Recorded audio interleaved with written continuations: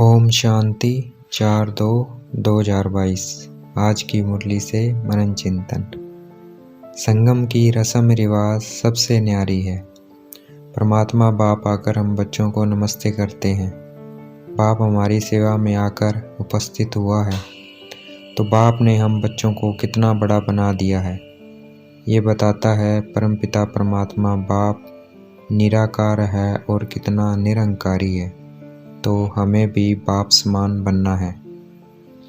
जो आत्माएं परम धाम से इस सृष्टि रंगमंच पर सबसे पहले आती है और जो परमात्मा बाप से बहुत टाइम दूर रहती है, उन्हीं की सेवा में बाप आकर सबसे पहले हाजिर होते हैं।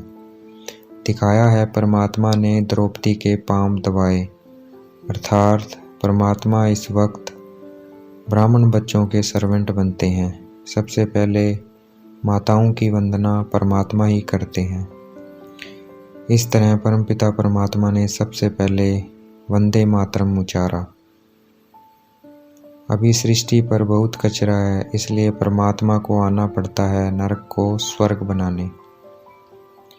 गीत है जाग सजनिया जाग, अर्थात हम बच्चों को नए साल पर भारतवासियों को जगाना है कि जागो, परमपिता परमात्मा इस धरा पर अवतरित हो चुके हैं। नवयुग आने वाला है। देवी देवता धर्म का शास्त्र है गीता, बाकी सब धर्म बाद में आते हैं। वास्तव में गीता ही मुख्य है। सभी धर्मों को इसे मानना चाहिए, परंतु मानते नहीं, क्योंकि उन्हें पता ही नहीं गीता भगवान ने कब उचारी। गीता में बच्चे का नाम डालकर मुश्किल कर दी, इसलिए सिद्ध नहीं होता कि शिवरात्रि कब मनावें। शिव जयंती के बाद कृष्ण जयंती होती है। कृष्ण यज्ञ नहीं गाया जाता, रुद्र ज्ञान यज्ञ गाया जाता है, क्योंकि इस यज्ञ से विनाश ज्वाला प्रज्वलित होती है। वो हम देख भी रहे हैं। कृष्ण भी तब आएंगे जब और कोई धर्म नहीं रहेगा। अभी परमपिता परमात्मा साकार में आए हुए हैं, लेकिन सभी आत्माएं बाप को मिल नहीं सकती, क्योंकि कोटों में कोई ही आएंगे। बाप का ही काम है हम बच्चों को दुखों से लिबरेट कर छुटा कर परम धाम ले जाना। बाप पतित सृष्टि को पावन बनाते हैं, इसलिए परमात्मा को हेवनली गॉड फादर कहते हैं। बाप स्वर्ग क्रिएट करते हैं और नरक रावण क्रिएट करता है।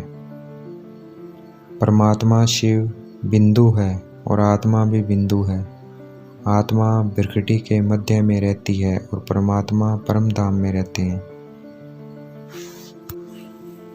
आश्चर्य की बात यह है, वंडर की बात यह है कि इस छोटी सी आत्मा में 84 जन्मों का पाठ भरा हुआ है, जो कभी नहीं घिसता, फॉर एवर चलता है।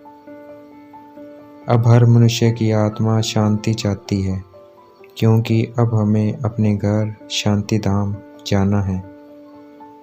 गीता में है, मैं तुम्हें राजाओं का राजा बनाता हूँ, अर्थात राजाई के साथ बेहद का सुख भी है। परंतु जो सुख को कागविष्टा अर्थात थोड़े समय का समझते हैं, उन्हों को तो राजाई मिल नहीं सकती। गीता में जो लिखा है, मैं तुम्हें राजाओं का राजा बनाता हूँ, ये बात प्रवृत्ति मार्ग वालों के लिए अर्थात गृहस्थियों के लिए है कि गृहस्थ व्यवहार में रहते हमें पवित्र रहना है। Charity begins at home. पहले पवित्रता को अपने से शुरू करना है, फिर दूसरों को समझाना है। ये बात सन्यासियों के लिए नहीं है, क्योंकि वो गृहस्थ में नहीं रहते। पहले पवित्रता शिव बाबा ब्रह्मा बाबा को सिखाते हैं, क्योंकि ब्रह्मा बाबा का शरीर शिव बाबा का चैतन्य होम है। पहले ब्रह्मा, फिर अडॉप्टेड चिल्ड्रंस नंबरवार सीख रहे हैं। ये बड़ी गहरी समझने की बातें हैं। परमात्मा खुद ये सब राज समझाते हैं। शिव बाबा धरती पर आते हैं, उसके यादगार शिव के अनेक मंदिर हैं। यज्ञ हमेशा ब्राह्मणों द्वारा चलता है, लेकिन दुनिया में जो यज्ञ होते हैं वह छोटे यज्ञ हैं। दूसरी ओर परमात्मा ब्रह्मा मुखवंशावली ब्राह्मणों द्वारा जो यज्ञ रचते हैं, यह है बेहद का रुद्र ज्ञान यज्ञ। जब सारी राजधानी स्थापना हो जाएगी तो बाप हम सबको वापस ले जाएंगे। फिर नंबरवार पाठ बजाने इस धरती स्वर्ग में भेज देंगे। गीता सभी शास्त्रों में शिरोमणि है, क्योंकि गीता से ही सबकी गति सदगति होती है। हम हैं शिववंशी ब्रह्मा मुखवंशावली ब्राह्मण, फिर हम ही देवता बनेंगे। कहते हैं ईश्वर की गत मत ईश्वर जाने, अर्थात ईश्वर की मत है श्रीमत और गत है सदगति। अपने अंदर चेक करना है, काम का भूत तो नहीं है। जांच करते रहना है और भूतों को निकालने का प्रयत्न करते रहना है। मन में संकल्प बहुत आएंगे, लेकिन कर्म में नहीं आना चाहिए। बिगर हथियार हम योग बल से अपनी किंगडम स्थापना कर रहे हैं। आज की मुरली का वरदान, देह अहंकार व अभिमान के सूक्ष्म अंश का भी त्याग करने वाले अकारी सो निराकारी भव। आज की मुरली का स्लोगन, समय पर सहयोगी बनो तो पद्म गुना रिटर्न मिल जाएगा। अच्छा, ओम शांति। शुक्रिया मीठे बाबा, शुक्रिया।